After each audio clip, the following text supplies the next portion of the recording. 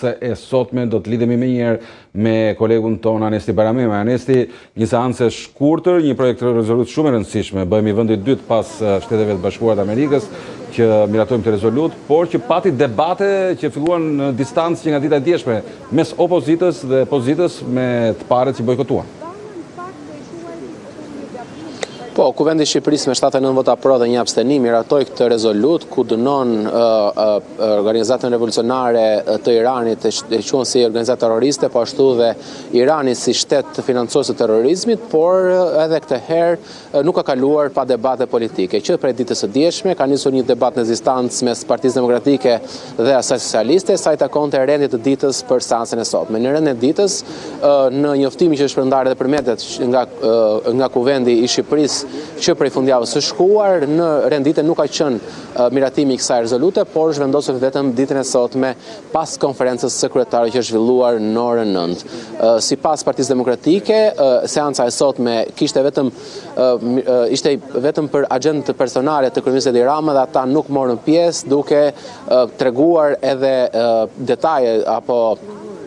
duke debatuar me Orland Ballon, i cili thoshte se në këtë seancë do të miratoj kjo rezolut, por që në asnjë rresht rendit të ditës kjo rezolut nuk ekzistonte ditën e djeshme dhe siç e thash është futur në rendite vetëm ditën e sotme. Demokratët ditën e sotme nuk kanë marrë pjesë në seancë, duke bojkotuar, duke qëndruar vendimit të tyre që të djeshëm, por nuk kanë qëndruar në heshtje. Ka pasur reagime nga ana e Partisë Demokratike gjatë paraditës së sotme ku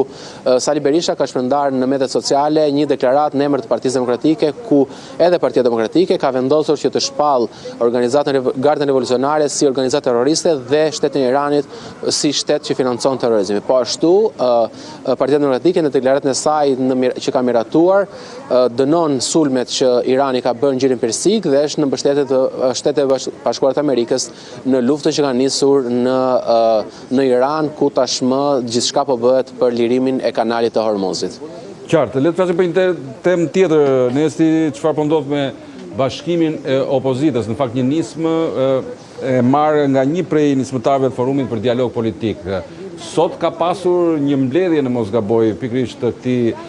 forumi nga politologu Ermal Hasimja. A ka pasur mbledhje sot apo?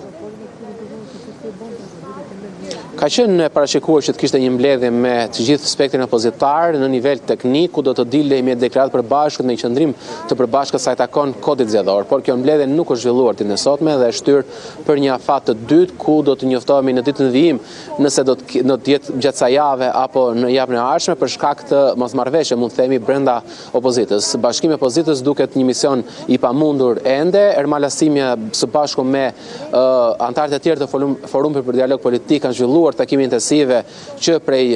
janarit vijojnë ditë për ditë duke takuar partitë politike, por ende nuk po arrin që të ulin në tryezë të paktën në nivel teknik të gjitha partitë politike. Me kërkesë të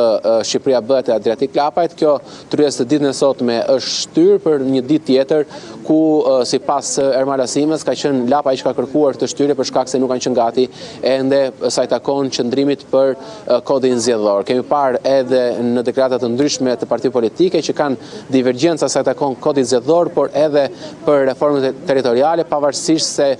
pak javë më parë është zhvilluar një tryezë ku kanë dalë me deklaratë përbashkët, mund të themi një pjesë e madhe e partive politike, por ende nuk ka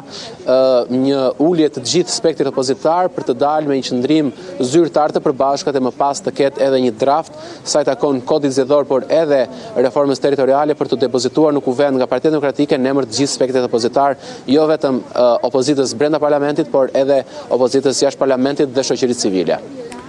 Anesti Baramema, të falenderoj për të ndërhyrje në 2 sot.